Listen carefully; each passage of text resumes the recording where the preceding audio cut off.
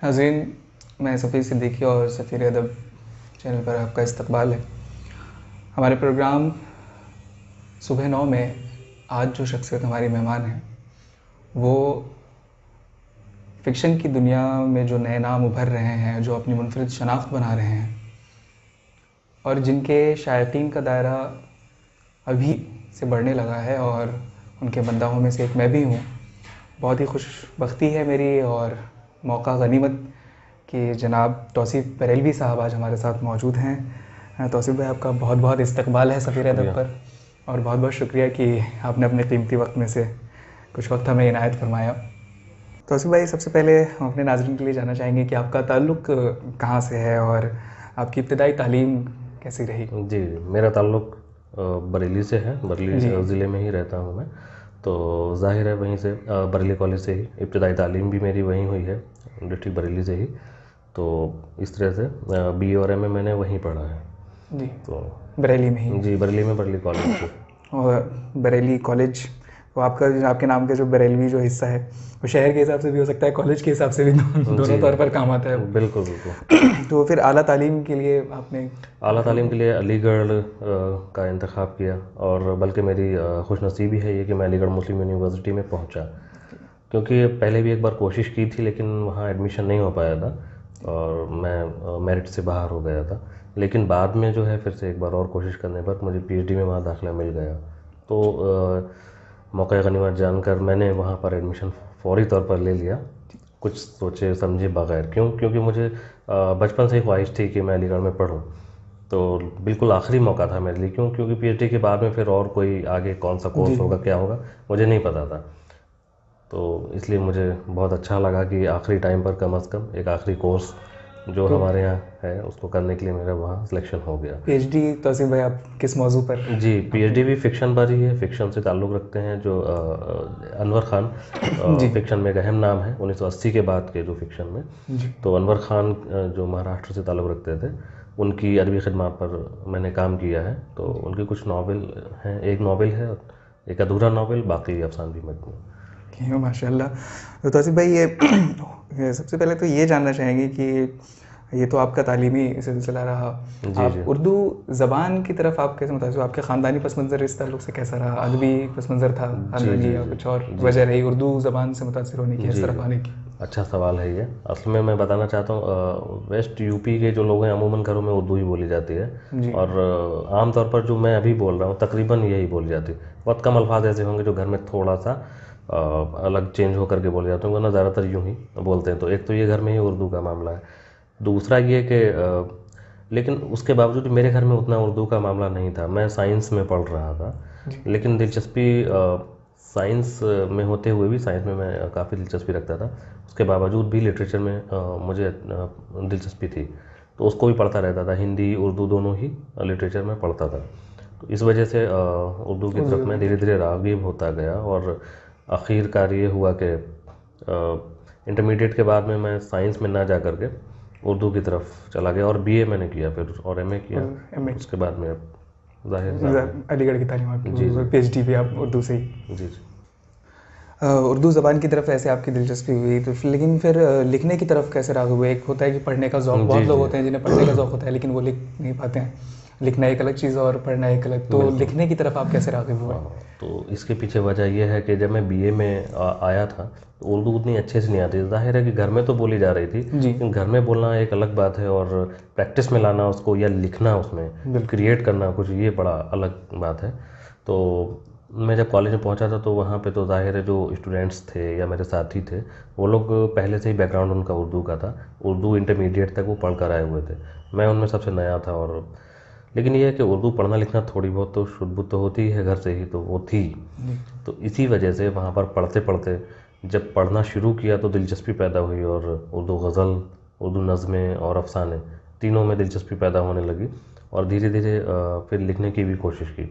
तो कॉलेज में जो फंक्शन हुआ करता था सालाना, जी। उसके लिए मैंने कोशिश जो पहली की थी तो उसमें गज़ल कहने की कोशिश की। हालांकि उस वक्त तक मुझे गज़ल के अरकान भी ठीक से नहीं पता थे, लेकिन उसके बाद में ये है कि हौसला अफजाई होती रही तो कुछ ना कुछ लिखने की कोशिश करता रहा मैं और आगे चल कर के कुछ अफ़साने या कुछ छोटे मोटे मज़मून भी लिखे।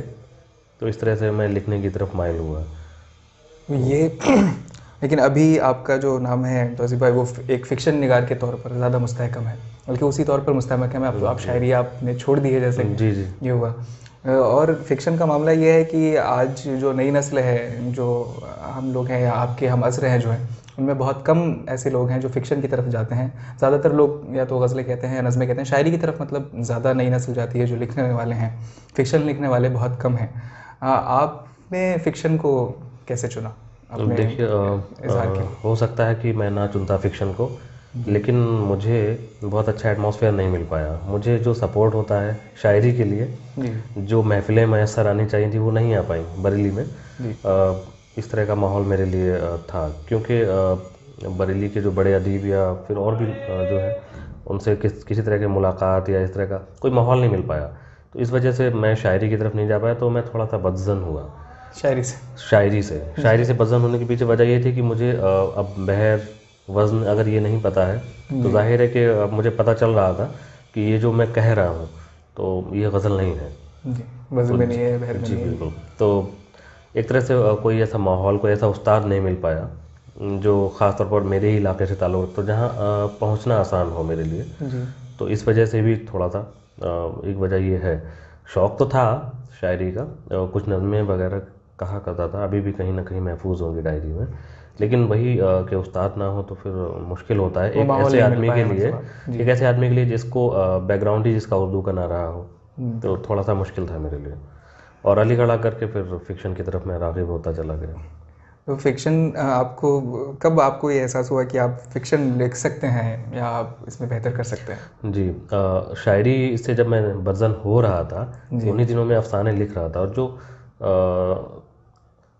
छोटी छोटी मैगज़ीन हुआ करती थी जो दिल्ली से ही शाये होती हैं कहीं ना कहीं, या स्टेशन पर भी मिल जाया करती थी, उनमें मैं शाये हो रहा था। तो शाये होने की वजह से थोड़ा हौसला बढ़ रहा था। जी तो इस वजह से मुझे लगा कि मुझे कहानियाँ लिखनी चाहिए। कहानियों का शौक़ भी था, बचपन से ही पढ़ता आ रहा था कहानियाँ, जी और ज़ाहिर है शायरी का भी शौक़ था, लेकिन फिर मुझे चुनना पड़ा उनमें से। चुनना पड़ा तो मैंने फ़िक्शन को। कहानी को चुना, फ़िक्शन को चुना। तो फ़िक्शन जैसे कि शायरी के बारे में कहते हैं तौसीफ़ भाई कि वो एक इल्हामी चीज़ है, जी कि वो चीज़ें उतरती हैं। फ़िक्शन भी तख्लीक तो है, लेकिन क्या आप उसे इल्हामी मानते हैं या आप वो एक बंदरटी के मौज़ूआत या वो सोच समझ कर लिखा जाने वाला फ़न है? बिल्कुल सोच समझ कर लिखा जाने वाला आर्ट है ये। मैं इसको इल्हामी नहीं मानता हूँ।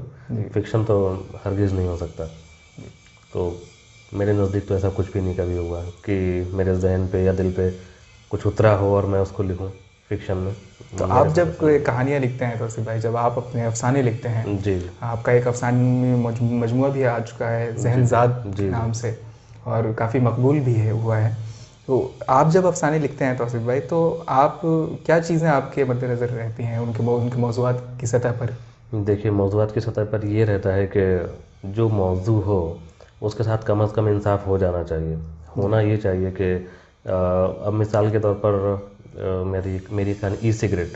तो ई सिगरेट जो है वो ज़ाहिर है उसे उसको पढ़ के लग रहा है थोड़ा मॉडर्न सिगरेट होगी, कुछ नया होगा, इलेक्ट्रॉनिक सिगरेट है। तो इलेक्ट्रॉनिक सिगरेट जो है वो पुराने जो बुज़ुर्ग हैं वो नहीं पी रहे हैं, वो एक जनरेशन को शो कर रही है, टीनेजर्स को शो कर रही है। टीनेजर्स बहुत इसको पीते थे, जी बल्कि 2015 में इसको बैन किया गया था चाइना में, इतनी जी ज़्यादा वहाँ पी जाने लगी थी। उस वक्त मेरे जहन में ये आया था कि क्यों ना मैं इस पर लिखूँ। तो ई सिगरेट वहाँ पर एक सिंबल के तौर पर मैंने इस्तेमाल किया है, न्यू जनरेशन, न्यू जनरेशन की। जो टीनेजर को उसमें मैंने दिखाने की कोशिश की। फिर क्योंकि उसमें साथ में और भी बहुत सारी चीज़ें हैं, तो सिर्फ ई सिगरेट ही नहीं है, उसके आगे और भी जी बहुत सारी चीज़ें। तो मेरा वही मानना है कि सबसे पहले तो ये कि आपका जो आपकी लैंग्वेज तो पकड़ होनी ही चाहिए, ज़बान जी तो आपकी होनी ही चाहिए ताकि आप अपनी बात को अच्छे से बता पाएँ। लेकिन साथ साथ में ये भी है कि आपका जो मौज़ू है आप उसके साथ इंसाफ़ कर सकें। तो मेरे नज़दीक तो ये रहता है ये कि ज़रूरी है, बिल्कुल ये मौजू मौज़ू के के साथ साथ इंसाफ तो में बहुत ज़रूरी इंसाफ़ बहुत ज़रूरी है, वरना तो पता चले कि कारी उस बात को ही ना समझ पाए है। आपने बिल्कुल ज़ाहिर सी बात है, कहने अगर की अपने क्या अपने कोशिश की। मौजू को ही हम पेश नहीं कर सके तो फिर अफसाने की दरअसल बुनियाद ही एक जी ख़ास मौजू पर होती है। मेरा ये सवाल था तौसीफ़ भाई कि वो मौजू जिस पर आप अफसाना लिखते हैं, जैसे ई सिगरेट के लिए आपने बताया कि चाइना में ये चीज़ें हुई तो वहाँ से, जी। तो आप अपने मौज़ूआत कहाँ से अख़ज़ करते हैं? मैं अपने मौज़ूआत इसी समाज से, इसी दुनिया से मैं लेकर के आता हूँ, और आप ही लोगों से लेता हूँ। जी और जो मेरे इंस्पिरेशन जो होते हैं वो ज़्यादातर नौजवान ही होते हैं, नौजवानों से जो मुझसे भी छोटे हैं जी या मेरे बराबर हैं, मेरे हम उम्र हैं। ऐसा नहीं है बुज़ुर्गों से भी, लेकिन मेरा जो मामला है वो नौजवानों से ज़्यादा मैं इंस्पायर होता हूँ जो मुझसे भी छोटी उम्र के हैं और कुछ अच्छा कर रहे हैं या अच्छा नहीं कर रहे हैं, दोनों से। तो यही सामने की चीज़ें होती हैं, बस ये है कि अब टॉपिक बदल गए हैं, चीज़ें बदल गई हैं, तो बदली हुई चीज़ें हैं, लेकिन वो मौज़ूआत जो है तो सिवाय उसमें भी है कि कुछ मौज़ूआत होते हैं जो हर इंसान की जैसी तबीयत होती है, जी जी वो अपनी तभी उस तरह के मौज़ूआत उसको अपनी तरफ राग़िब करते हैं। तो बिल्कुल। बहुत सारे हमारे समाज में मसाइल हैं, बहुत सारे मौज़ूआत हैं, जी लेकिन कौन से ऐसे मसाइल हैं जिनकी तरफ आप ज़्यादा राग़िब होते हैं या जो आपको अपनी तरफ ज़्यादा खींचते हैं, आपको अपनी तरफ लिखने के लिए वो बुलाते हैं कि आप हम पर लिखिए? कुछ ऐसे ख़ास मौज़ूआत हर शख़्स के लिए होते हैं, तो हाँ बिल्कुल। आपके नज़दीक ऐसे आपके देखिए लिए कौन से? मैं बताना चाहता हूँ, जैसे कि मेरा एक अफसाना है ब्लैकिश। ब्लैकिश में मर्द और औरत के रिश्ते में जो कड़वाहटें आ रही हैं, क्यों आ रही हैं, उस पर मैंने कोशिश की है बताने की। देखिए, मर्द और औरत के रिश्ते पे लिखना कोई नई बात नहीं, तो ज़ाहिर है सदियों से लिखा जाता आ रहा है, लिखे जाते रहे चीज़ें। लेकिन मेरा उसमें इंडिया ये है कि औरत देखिए काम करना चाहती है बाहर जा कर के, ठीक है, लेकिन वहाँ पे अब पेशकश जो चीज़ें हैं, जो सेटिंग है वो नहीं हो सकती है, तो मेरे अफसाने में वो नहीं है। तो इस तरह से आप उसको देख सकते हैं, जैसे कि एक लेडी, मुस्लिम लेडी का ख़ास तौर पर ड्राइविंग करना बुर्का विद बुर्का, तो ये मेरे अफसाने में है। जी। और ऐसा नहीं कि मैंने कोई अपने पास से गढ़ ली हो चीज़, लोग कर रहे हैं लोग ऐसा। कर रहे हैं, ये तो सामने की चीज़ आपको पता होगा अगर आप रिसर्च करें थोड़ा सा, आजकल तो बहुत आसान है ये सब ढूंढना, तो आपको पता चलेगा। बहुत सारी चीज़ें मैं यहाँ पर डिस्क्लोज़ नहीं कर सकता, किसी की ज़ाती लाइफ भी हो सकती है। हाँ, बहुत तो ये है, लेकिन इसी तरह की चीज़ें मैं लेकर के आता हूँ। या फिर आप अफसाना देखें एस्ट्रे। अब एस्ट्रे में देखिए वहाँ भी मियाँ बीवी वाला ही मामला है, अगर आप उसको समझें तो। एक लड़की है और एक लड़का है जो कि 10 साल बाद मिलते हैं, ठीक है ना, तो उनके दरमियान में जो एक रिश्ता फिर से बन जाता है, जो कि बहुत पहले टीनेजर वो थे तब भी उनके दरमियान रिश्ता था, 10 साल बाद मिले तब भी अब वही रिश्ता फिर से उस्तवार हुआ ही चाहता है। लेकिन फिर मर्द की जो अनानियत है वो जाग जाती, क्यों जाती है वो आप अफसाने में आपको बेहतर मालूम पड़ा होगा। तो अफसाना जो है वो रिवर्जिनिटी सर्जरी पर है, जो आज के ज़माने का मौजू है, जाहिर है, तो रिवर्जिनिटी सर्जरी पर। इसी तरह से और भी जो अफसाने हैं, जैसे पिज़्ज़ा बॉय है, ये भी आज के इस ज़माने का सारे वो नई नस्ल के जो है, नया जो समाज जो है। बिल्कुल, असल में देखिए कहानी वही है, कहानी आप क्या नया ला सकते हैं उसी समाज से, सब कुछ तो वही है, रिश्ते वही हैं, कोई नए रिश्ते भी नहीं पैदा हो सकते, तो वही सारी चीज़ें हैं। लेकिन ये है कि कहानी की अब टेक्निक बदल सकती है, सेटिंग बदल सकती है, सरोकार बदल सकते हैं, ये हो सकता है। रिश्ते आज भी वही है, लेकिन उन रिश्तों के पीछे की जो दुनिया है वो बड़ी तब्दील हो गई है जी। उनके मानी तब्दील हो गए हैं, उन रिश्तों में जो खुलूस था वो तब्दील हो गया है जी। और बल्कि कहें कि वो रिश्तों का नाम बरकरार है, लेकिन वो रिश्ते नहीं रहे जैसे पहले थे, तो वो चीज़ें तो खैर हैं। दोस्त भाई, ये जो अफसाने हैं नई नस्ल से आप अखज़ करते हैं, तो क्या आप अपने क़ारीन के तौर पर भी ज़्यादा प्रेफर किनको करते हैं? हर एक जो तख्लीक कार है वो एक ख़ास एक हल्का देखता है वो अपने क़ारीन का कि ऐसे लोग हैं इसके क़ारीन। मैंने ये सोचकर तो कभी नहीं लिखा कि मेरी कहानी को कौन पढ़ेगा, नौजवान पढ़ेंगे, जवान पढ़ेंगे और या फिर बुज़ुर्ग पढ़ेंगे। आपको क्या लगता है कि आप किन के लिए लिखते हैं? मुझे ऐसा लगता है कि मैं सबके लिए लिखता हूँ। बुज़ुर्गों को भी मेरी कहानियाँ, कुछ हमारे जो हमसे बहुत सीनियर हैं, सीनियर अफसाना निगार, उनको पसंद आती हैं अगर कहानियाँ, तो अच्छा है मेरे लिए।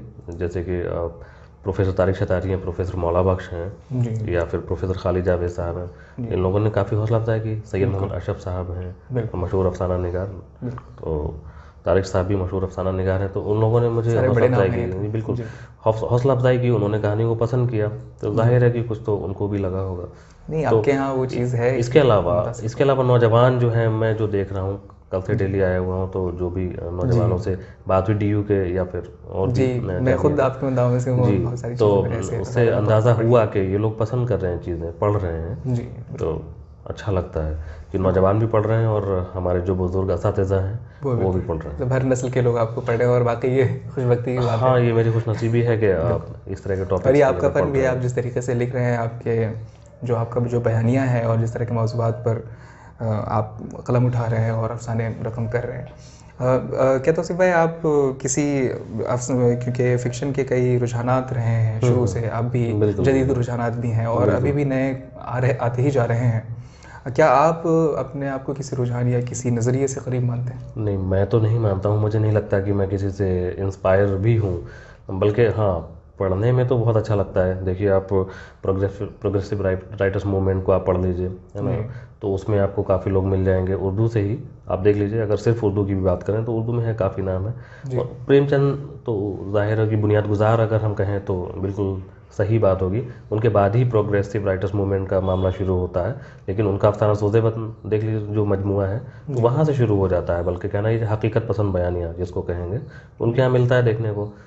तो शुरू तो वहाँ से हो गया। या फिर आप अगर सज्जाद हैदर यल्दरम, तो उनके यहाँ जो रूमानी जो बयानिया है वो सब मिलता है, वो पढ़ने में बहुत अच्छा लगता है। तो मुझे तो दोनों ही पसंद आ रहे हैं। तो मैं जो करता हूँ वो ये कि जदीदियत को भी पढ़ा हुआ है, और जदीदियत के बाद में आप खालिद जावेद साहब की कहानियों को देखिए, तो उनके यहाँ जदीदियत का वो वाला रूप नहीं देखने को मिलेगा जो वो एक अलग ही रंग है, हाँ, वो मुनफरिद रंग है। जदीदियत का जो रूप था कि एब्स्ट्रैक्ट स्टोरी, एब्सर्ड स्टोरी जो हुआ करती थी, प्लॉटलेस, सिम्बॉलिक, ये सारी चीज़ें, तो ये सब उनके यहाँ नहीं है। अगर उनके यहाँ अलामतें तो हैं, लेकिन बात फिर भी समझ में आती है एक अलग ढंग से। हाँ, वो ज़िंदगी से जुड़ी हुई बिल्कुल, चीज़ें हैं, ज़िंदगी से जुड़ी हुई इंसानों से चीज़ें जुड़ी हुई नज़र आती चीज़ें हैं, तो उनका एक अलग ही रंग है अपना। या फिर आप फिर माबाद जदीद में आइए, 1980 के बाद की जो कहानी जो शुरू हुई थी, तो उस पर देखिए आप आकर के, तो उसमें फिर बहुत सारे मौजूआत शामिल हो गए, वजूदियत से निकल करके भी।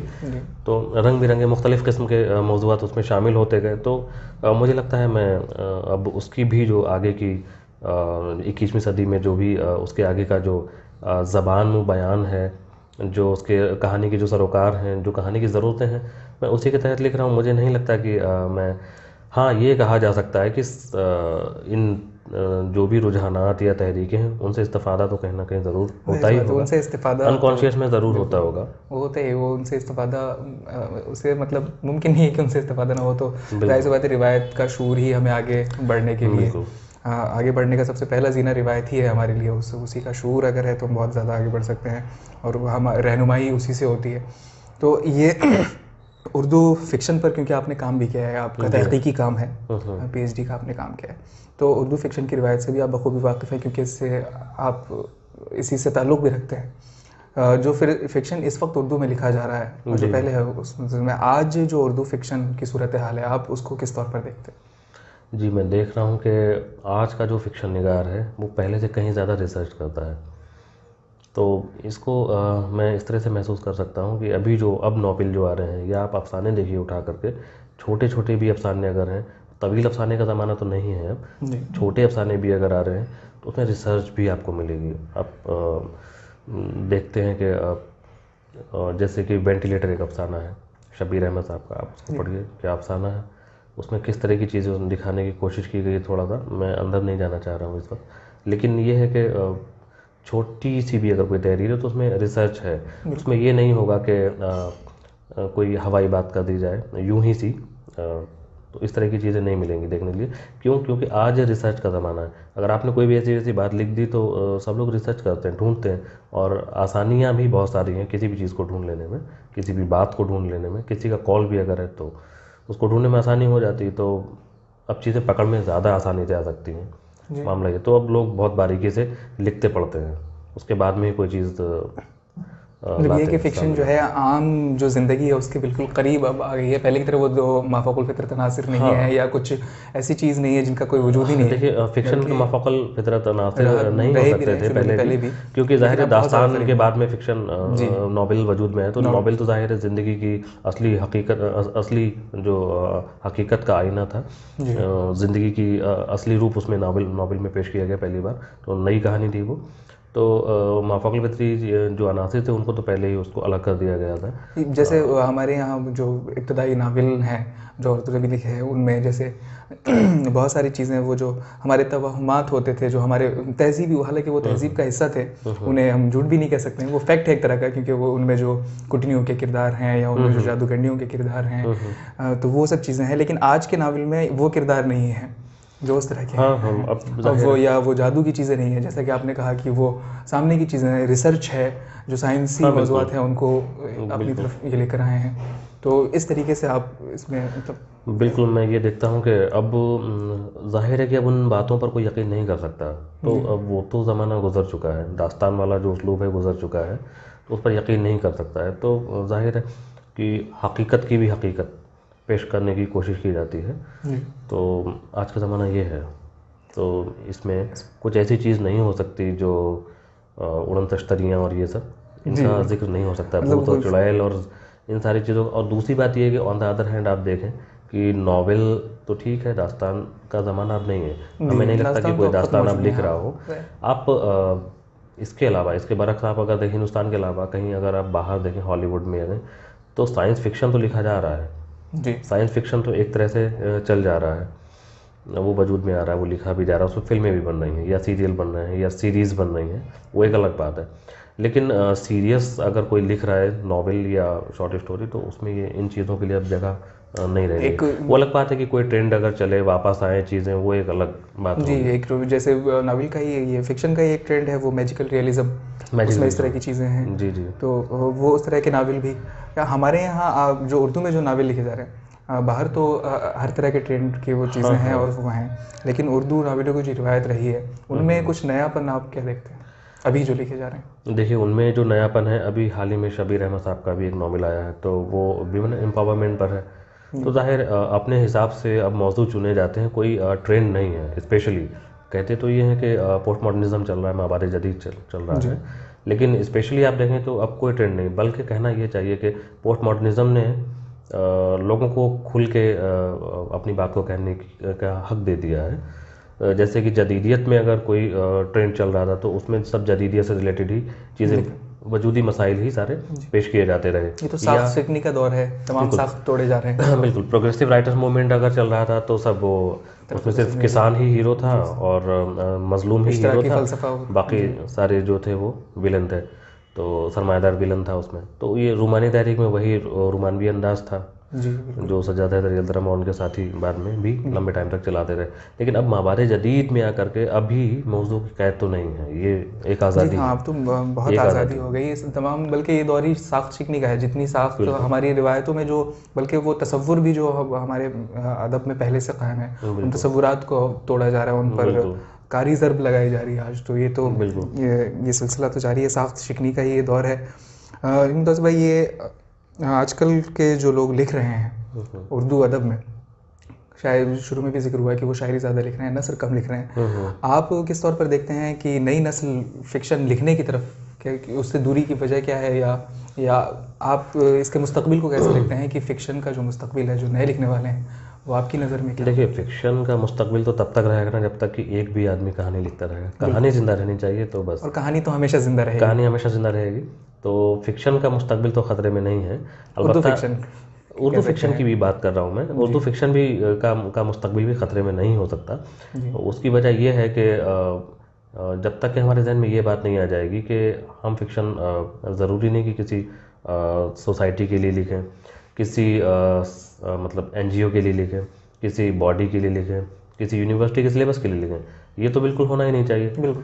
तो अगर जब ये चीज़ जहन में नहीं रहेगी तो बिल्कुल ज़िंदा रहेगा। और बिल्कुल ये बात तो एकदम वाज़ेह तौर पर उन्हीं लोगों के जहन में रहती है जो वाकई लिखना चाहते हैं। उनके जहन में ये बात होती है, उनको पता होता है कि ज़रूरी नहीं कि इसको कहीं शामिल किया जाए। जी वो हैं, लेकिन अभी देखने में ये आ रहा है कि बहुत कम हैं जो हाँ, फिक्शन लिख अभी रहे हैं। अभी नौजवानों में हम नौजवानों देखते हैं में कम लिखा जा रहा है, बहुत कम लेकिन लोग। बहुत ज़्यादा मायूसी की बात है। जैसे हमारे ही साथ में अगर हमारे हम उम्र है, अगर जैसे कि सलमान अब्दुल समद हैं, जी है ना, या फिर अलीगढ़ में अगर आप देखें तो शहनाज रहमान है, सफ़ीना बेगम है, सब वहीं से हैं, ताल्लुक़ रखते हैं।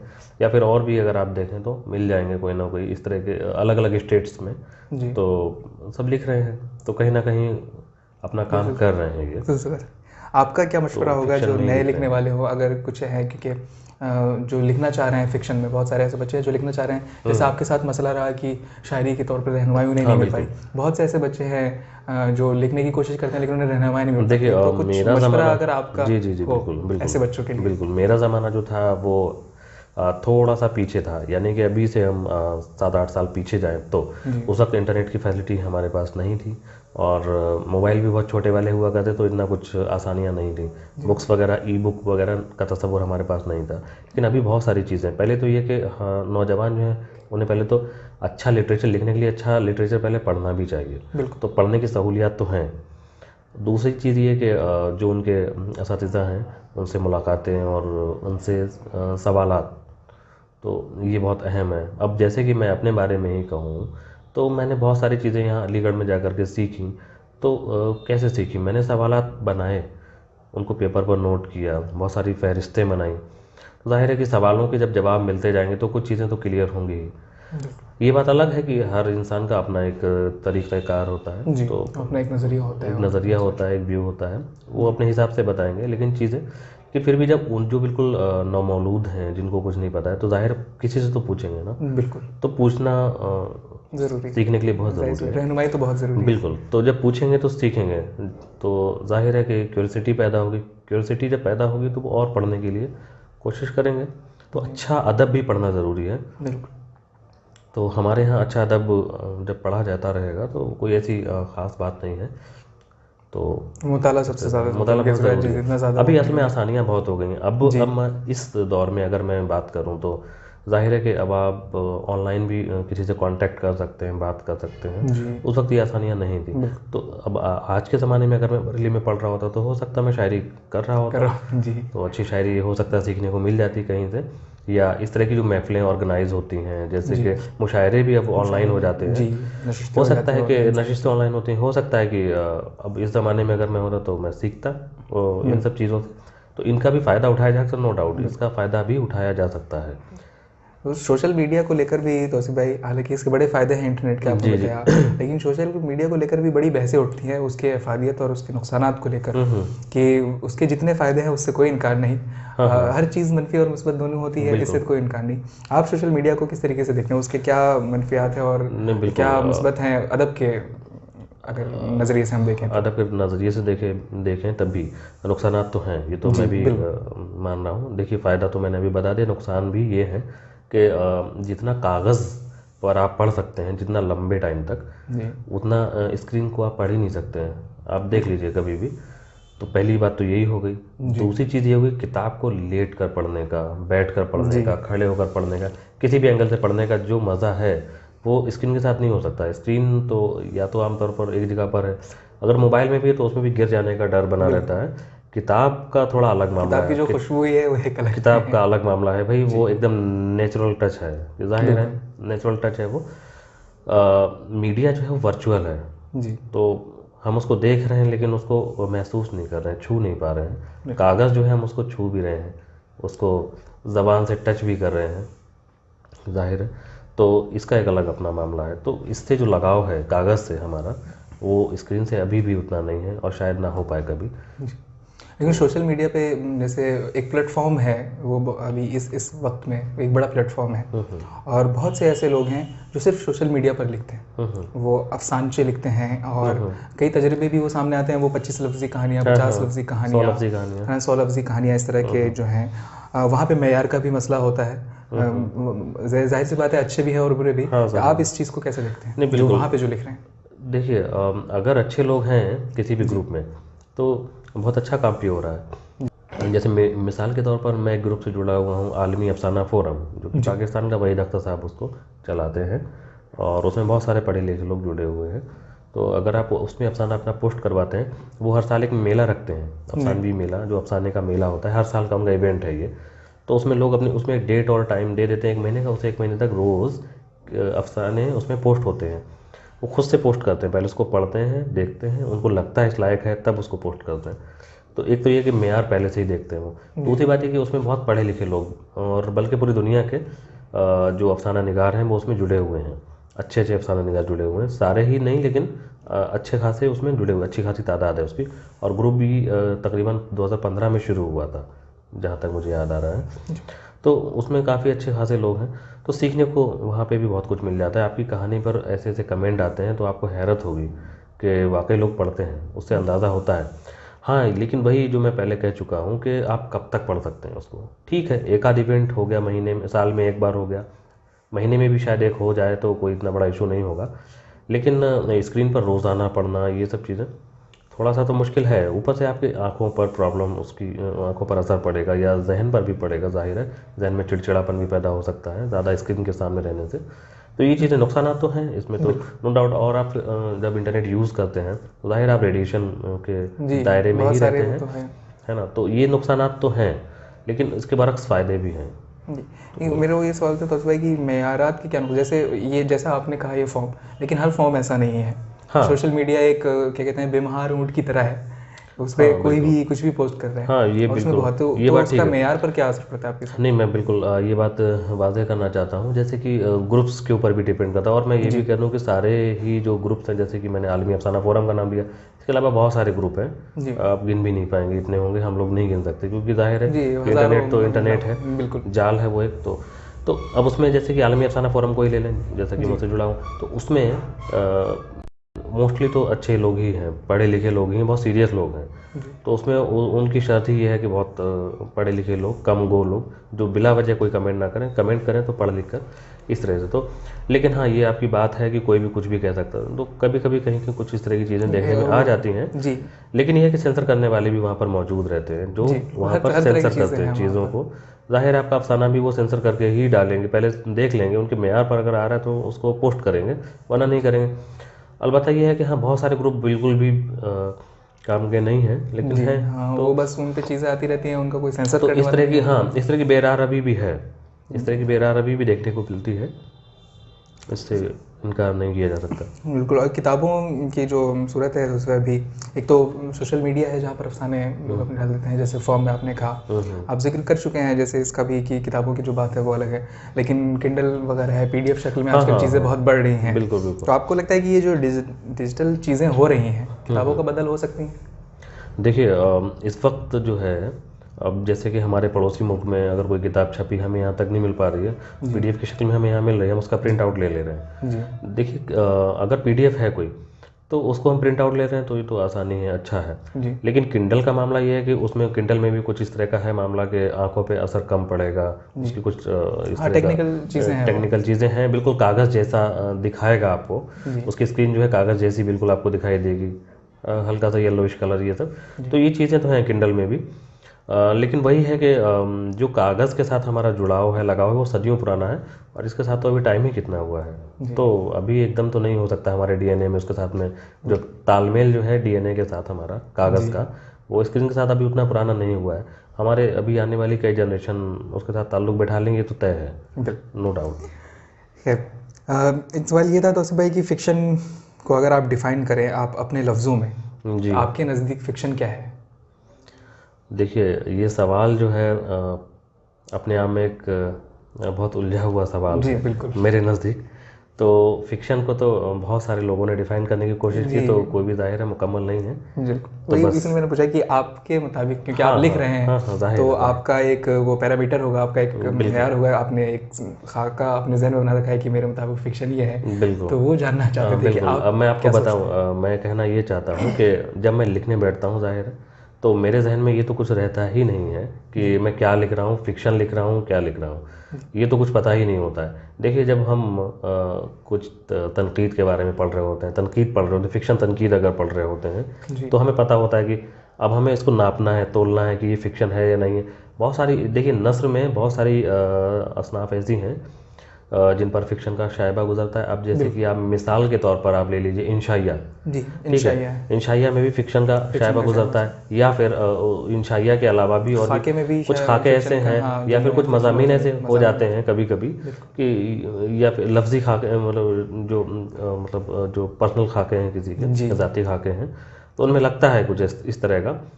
तो इसको तो डिफ़ाइन करना बहुत मुश्किल है, या जैसे कि किसी ने इसको तय करने की कोशिश की, उसकी हद को तय करने की कोशिश की, जैसे कि 10 मिनट में पढ़ ली जाए या आधे घंटे में ख़त्म कर ली जाए, या वो फिर तो ज़ख़ामत के एतबार से तय करने की कोशिश की, लेकिन वो कोई भी तो तो संबंधी तारीफ़, की नावल और हाँ अफसाने ज़ाहिर की। है, कोई भी तारीफ़ तो मुकम्मल ही जी है ही नहीं। तो इसमें तो अब नहीं पढ़ना चाहिए।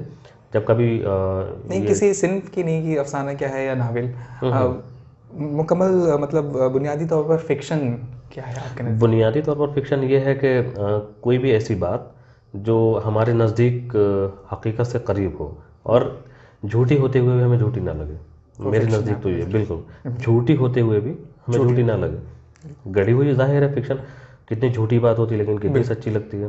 बिल्कुल, डॉक्टर खालिद जावेद साहब का ये कॉल मुझे याद आ रहा है वो फिक्शन के ताल्लुक से कि फिक्शन ऐसा झूठ है जिसके पीछे एक बड़ी बिल्कुल गहराई छुपी होती है। बिल्कुल बिल्कुल। खैर, तो आपके पसंदीदा फिक्शन निगार कौन है? जी, इस वक्त में अगर मैं बात करूं तो प्रोफेसर तारिक शतारी हैं, प्रोफेसर खालिद जावेद हैं, जी और इनके अलावा भी बहुत सारे हैं, जैसे कि शबीर अहमद साहब हैं, जी है ना। और बाकी पुराने जो लिटरेचर में जिन्हें मंटो हैं, बेदी हैं, कृष्ण चंद हैं, बिल्कुल। इस्मत हैं, कुर्रतुल ऐन, तो जाहिर है कि शायद ही कोई होगा जो उन्हें नहीं ना पसंद पसंद करता होगा। करें। तो लेकिन नए लोगों में इंस्पिरेशन इन लोगों से मिला। और साथ में इधर आप देखें महाराष्ट्र के जो अफसाना निगार हैं, इनमें खासतौर पर अनवर खान, जिन पर मैंने जी अपना काम भी किया है जी पीएचडी का, तो उनके अफसाने भी बहुत अच्छे हैं। बल्कि जदीदियत का जो दौर था, जदीदियत से इन्हिराफ करके लिखने वालों में अनवर खान जो है वो पहले अफसाना निगार कहे जा सकते हैं। तो अनवर खान के साथ साथ फिर आप देखिए सलाम रज़ाक हैं, या फिर अनवर कमर हैं, ये तीनों मुंबई से ताल्लुक़ रखते थे। उनके बाद में पीछे थे अली इमाम नकवी हैं, और मीम नाग हैं, और भी हैं। जी तो इन लोगों ने जो काम किया है 1980 के बाद में, ये लोग बहुत वाज़ेह तौर पर सामने आए हैं। तो जदीदियत से इन्हिराफ किया, तो इन्हिराफ मुझे लगता है कि नौजवानों को पसंद होता है। बिल्कुल, वो तो इंसान तबीयत में बगावत होती है। बिल्कुल, तो उनके यहाँ चीज़ें हैं। अब आप देखिए उनके यहाँ कहानी जो है वो कहानीपन उसके अंदर वापस लौटा है, जी इन्हीं लोगों की वजह से, जो मुंबई के अफसाना निगार थे। जी। ये तो भाई आपके जो नए लिखने वाले हैं, जो आपके जी साथ जी। लिखने वाले हैं, उनमें से कुछ पसंदीदा नाम आपके? हाँ, जैसे कि देखिए सलमान अब्दुल समद हैं, ये भी लिख रहे हैं, जी या फिर शहनाज रहमान हैं, जैसा कि मैं पहले अभी बता चुका हूँ, जिक्र कर चुका हूँ इन लोगों का। जी या फिर सफीना बेगम हैं, इमरान आकिफ साहब भी लिखते हैं। तो इन लोगों से रब्ता भी रहता है और पढ़ते रहते हैं एक दूसरे को। तो ठीक है, अपनी अपनी फील्ड में अपने अपने तौर पर और अपने अपने ज़ाविये से मतलब अच्छा लिख रहे हैं। तो खैर, आखिर में आपका बहुत बहुत शुक्रिया दोस्त भाई कि आपने अपना इतना कीमती वक्त दिया। आखिर में बस आपसे एक सवाल नाजरीन के लिए हम जानना चाहेंगे जी। कि दो चीज़ें हैं। एक तो कुछ आपकी पसंदीदा किताबें जो आप नाजरीन को सजेस्ट करें फिक्शन की, आपके मुताबिक जो मस्ट रीड हैं, जिन्हें ज़रूर पढ़ना चाहिए, कुछ ऐसी किताबें अगर आप हमारे नाजरीन देखिए मैं तनकीद की किताबें सजेस्ट नहीं करूँगा। मैं फिक्शन की मैं किताबें। फ़िक्शन की ही किताबें सजेस्ट करूँगा। देखिए आपको पढ़ लेना चाहिए, कुर्रतुल ऐन हैदर को कम से कम पढ़ना चाहिए, जी और मंटो को पढ़ना चाहिए, इस्मत को पढ़ना चाहिए। ये तो सब जो क्लासिकल जितना भी है, अफसाने के हवाले से क्लासिकल तो इन्हीं को कहा जाएगा। बिल्कुल। तो इनको तो पढ़ना चाहिए, लेकिन अगर आपसे हो सके तो दास्तानें भी पढ़ी। देखिए वहाँ सीखने के लिए बहुत कुछ है, तख़य्युल बहुत है वहाँ पर, इमेजिनेशन बहुत है। अब आप रत्ना सरशार का नावल देख लीजिए, कितना तवील है, लेकिन वहाँ क्या नहीं है। हम आज के दौर में अगर देखें, बहुत सारे ऐसे साइंटिफिक मसले मसाइल वहाँ मिलते हैं, और सिर्फ रत्ना सरशार ही नहीं, बहुत सारे ऐसे इस तरह से नावल निगार मिलेंगे आपको। तो मैं कहना ये चाहता हूँ कि पहले इन लोगों को पढ़ लिया जाए। बाद के ज़माने में अगर आप पढ़ना चाहते हैं तो सैयद मोहम्मद अशरफ हैं, तारिक शतारी हैं, खालिद जावेद साहब हैं, और अहमद रशीद हैं।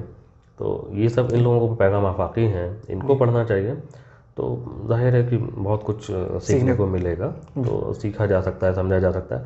बाकी फिर आप अपना ज़ाविया बनाने के लिए तैयार हैं, आप अपना एक कहना चाहिए कि आपके सामने बहुत सारी चीज़ें हैं, बहुत सारे मैदान हैं, बहुत सारी कहना चाहिए कि रास्ते हैं।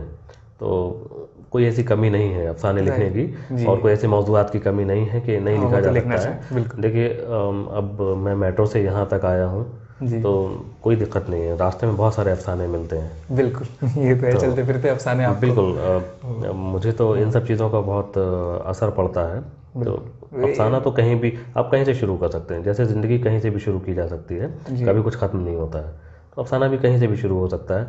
इसके लिए पुराने पैटर्न पे आपको जाने की ज़रूरत ही नहीं है। क्यों? क्योंकि बहुत कुछ बदल चुका है। अब आपको वो नहीं है कि वो किरदार निगारी, मंजर निगारी और सेंट्रल आइडिया, वहदत तासुर, ये सब चीज़ें एकदम मस्ट नहीं है। आपके अफसाने में 2 सेंट्रल आइडियाज़ हो सकते हैं, है ना? वो तमाम तो अब चीज़ें जो जाहिर है कि चीज़ें बदली हैं, बहुत सारी चीज़ें तोड़ दी गई हैं, जो भी पैरामीटर्स थे उनको तोड़ा गया है, और तोड़ने का काम मुसलसल चल रहा है। तो जाहिर है आप आज़ाद हैं, ठीक है ना। ज़रूरी नहीं कि आप जदीदियत से मुतासिर हो जाइए, या मावारी जदीद, आप बिल्कुल अपना एक नया कोई नया नज़रिया बनाइए, बिल्कुल नई टेक्निक लाइए, कोई फ़र्क नहीं पड़ता। बस ये है कि बात समझ में आनी चाहिए। जैसा कि खालिद जावेद साहब ने एक बार कहा था मुझसे एक मुलाकात में, कि रिसीवर होना चाहिए यहाँ पर। तो रिसीवर होगा तो आपकी कहानी को समझेगा, कारी आपका, तो उसके पास रिसीवर होना चाहिए।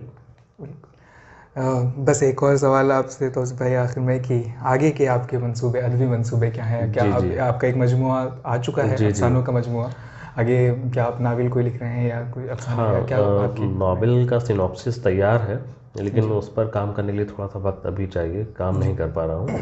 तो इंशाल्लाह जैसे ही फुर्सत होगी तो उस पर भी काम शुरू होगा। और अफसाने भी कहीं ना कहीं जहन में आते रहते हैं, लेकिन वही फुर्सत ना हो पाने की वजह से अफसाने भी अभी नहीं लिख पा रहा हूँ कुछ भी। एक मजमूआ जो आ गया है उसके बाद से अभी वक्त नहीं मिल पाया है। तो जैसे ही मौका मिलेगा, वक्त मिलेगा, तो अफसाने भी कहीं ना कहीं चीदा चीदा देखने को मिलेंगे। और नॉवेल में थोड़ा सा वक्त लगेगा अभी। बिल्कुल, तो इंशाल्लाह उम्मीद है। आप हमारे नाज़रीन के लिए अगर आप बता सकें कि अगर वो आपकी किताब हासिल करना चाहें जी, तो कहाँ से हासिल कर सकते अर्शिया से ये शाये हुई थी किताब, अर्शिया से। तो अर्शिया से अगर कांटेक्ट किया जाए तो वहाँ से, अर्शिया पब्लिकेशंस, हाँ, दिल्ली अर्शिया से? पब्लिकेशन से, तो वहाँ से मिल सकती है। मेरे पास तो अभी कोई कॉपी बची भी नहीं जी। है, जो सारी तो मैं जी, तो दे अर्शिया चुका हूँ। पब्लिकेशन से नहीं, और नाज़रीन सबसे बिल्कुल, आपकी मुलाकात हो भी नहीं सकती है। बिल्कुल, तो बिल्कुल, जो सुनने वाले होंगे वो देखने वाले हैं, तो वो अर्शिया बिल्कुल। पब्लिकेशन से वो आपकी हाँ, किताब हासिल कांटेक्ट कर कर सकते सकते हैं। हैं। ज़हन ज़ाद के नाम से जी, जी। अफसाने मजमूआ तौसीफ़ बरेलवी साहब का जो शाया हुआ है वो अर्शिया पब्लिकेशन से अगर आप पढ़ना चाहें तो वहाँ से हासिल कर सकते हैं। जी, तो तौसीफ़ भाई, आखिर में बस एक गुजारिश थी कि क्योंकि मुकम्मल अफसाने पढ़वाना तो बहुत मुश्किल है, जी, जी। वक्त की कमी होती है, लेकिन फिर भी नमूनतन हमारे नाजरीन के लिए आपसे गुजारिश करूँगा कि आप अपने किसी अफसाने का कुछ हिस्सा पेश करें। जी, जी। जैसा कि मैं नौजवानों के ऊपर लिखना चाहता हूँ या उनसे सीखना चाहता हूँ या सीखता भी हूँ, तो नौजवानों के लिए जो कहानी ख़ास तौर पर टीनेजर्स के लिए लिखी है, इसमें ई सिगरेट जो है, तो ई सिगरेट का आखिरी हिस्सा जो है मैं वो पढ़ कर के सुनाना चाहता हूँ कि आज की जो न्यू जनरेशन है वो कहाँ तक पहुँच चुकी है और कहाँ तक उसको जाना चाहिए और कहाँ नहीं जाना चाहिए। वो शायद इसे अंदाज़ा लगा लें, या फिर वो किताब पढ़ेंगे जब कभी तो जी, उनको बिल्कुल, ये तो से एक अंदाज़ा नमूनतन लगाना बात। चाहिए उनको। जी, मैं अलीगढ़ मुस्लिम यूनिवर्सिटी में ही रहता हूँ, तो वहाँ पे भी बहुत सारे नौजवान लड़के लड़कियाँ पढ़ते हैं जो हमसे बहुत छोटे हैं उम्र में। तो नौजवान के दरमियान कहीं ना कहीं कुछ ना कुछ चीज़ें सुनने को मिला, तो इस तरह से कहीं से इंस्पायर हुआ मैं। तो ई सिगरेट का ये छोटा सा हिस्सा है, मैं आखिरी हिस्सा पढ़ रहा हूँ। अशर की 17वीं सालगिरह में कुछ दिन बाकी थे। कामरान, अली और सकीना अपने बेटे के लिए कुछ ऐसा करने के बारे में सोच रहे थे कि उनका बेटा खुशी खुशी पढ़ाई की तरफ माइल हो जाए। ऐन सालगिरह की शाम को अशर गायब हो गया। जबकि घर में उसकी सालगिरह मनाए जाने के इंतजामात हो चुके थे, उसके माँ बाप बेइंतहा परेशान हो गए। उनकी समझ में नहीं आ रहा था कि क्या किया जाए, उसे कहाँ ढूंढा जाए। बदनामी के डर से वो पुलिस की मदद भी नहीं लेना चाहते थे, क्योंकि उन्हें मालूम था कि अशर अपने दोस्तों के साथ ही होगा। अपने तौर पर कामरान अली ने मुमकिन जगहों पर खुद जाकर या फ़ोन करके अशर को तलाश करने की कोशिश की। घर पर आए हुए मेहमान भी वापस जा चुके थे। इसी कश्मकश में काफ़ी रात हो गई थी कि फ़ोन की घंटी बजी। फ़ोन अशर के स्कूल के प्रिंसिपल का था, जिन्होंने दोनों को फ़ौरन झील वाले खंडर पर पहुंचने के लिए कहा। बच्चों के घबराए हुए माँ बाप कुछ ही देर में प्रिंसिपल के बुलाने पर मुतय्यना जगह जा पहुंचे थे। क्या बात है प्रिंसिपल साहब? बच्चों के वालिदैन ने बेकरारी से पूछा। सब पता चल जाएगा, मेरे पास स्कूल के किसी बच्चे का फ़ोन आया था, उसी ने मुझे यहाँ के बारे में बताया। बस आप लोग खामोशी से मेरे पीछे चले आएँ। कहते हुए वो खंडर की अंदर की तरफ बढ़े। अंदर का नज़ारा उन सबकी आंखों को चौंधिया देने वाला था। उनके बच्चे आपस में गुत्थम गुत्था, बेलिबास और रंग में थे। दिल को शिकस्ता कर देने वाले इस मंज़र से बच्चों के माँ बाप और प्रिंसिपल का खून मुंजमद हुआ जा रहा था। किसी में भी बच्चों के सामने जाने की सकत नहीं थी। सोनिया ने केक पर 17 के हिंसे को रोशन करते हुए ऐलान किया, बर्थडे बॉय अश्शू के लिए तालियां। अभी अशर केक काट पाता कि सब मिलकर केक पर टूट पड़े और उसकी सफ़ेद और चॉकलेटी क्रीम एक दूसरे के चेहरों और बदन के दूसरे हिस्सों पर मली जाने लगी, जिससे किसी की भी सूरत पहचान में नहीं आ रही थी। आन की आन में अशोक और लीज़ा ने अशर को झुका दिया और बाकी दोस्त पीछे से उसे बेल्ट से मार रहे थे। सोनिया दूर से हंस रही थी। बच्चों के वालिदैन ये हौलनाक मंजर देखकर दिल बर्दाश्ता हो गए। खुद को बर्बाद करने का ये जुनून उनसे देखा नहीं जा रहा था। और फिर कुछ माँ बाप उस वसी इहाते में घुसकर उन्हें रोकने की कोशिश करने लगे। अपने वालिदैन को अचानक देखकर सारे दोस्त एकजुट हो गए। उनकी हरकत और जोशीले अंदाज से वाज़ेह था कि वो बिल्कुल भी शर्मिंदा नहीं थे। We are modern and smart teens, ये आवाज़ सोनिया की थी। वी आर पैनसेक्सुअल, लीजा ने कहा। वी आर पॉलीसेक्सुअल, शान गुर्राया। वी आर रियलिस्ट, लबी मुस्कुराई। वी आर मोनोसेक्सुअल, अशोक ने फ़ख्र किया। वी आर हेट्रोसेक्सुअल, डॉली ने आंखें दिखाईं। वी आर LGBTQ+, प्रेमा चीखी। We are E cigarette generation, ये आखिरी जुमला अशर ने बड़े एतमाद से कहा और उसके बाद सब ने अपना हाथ उसके हाथ पर रख दिया। शुक्रिया। बहुत बहुत शुक्रिया यूसुफ भाई, और एक बार आखिर में आपका बहुत बहुत शुक्रिया कि आपने अपना कीमती वक्त नवाजा। और नाजरीन, ये थे तौसीफ़ बरेलवी साहब, जो इस नई नस्ल के नुमाइंदा फ़िक्शन नगार में इनका शुमार होता है। आपका बहुत बहुत शुक्रिया, और इंशाअल्लाह हम अगले प्रोग्राम में आपसे दोबारा मुलाकात करेंगे किसी और अदबी शख्सियत के साथ। बहुत शुक्रिया।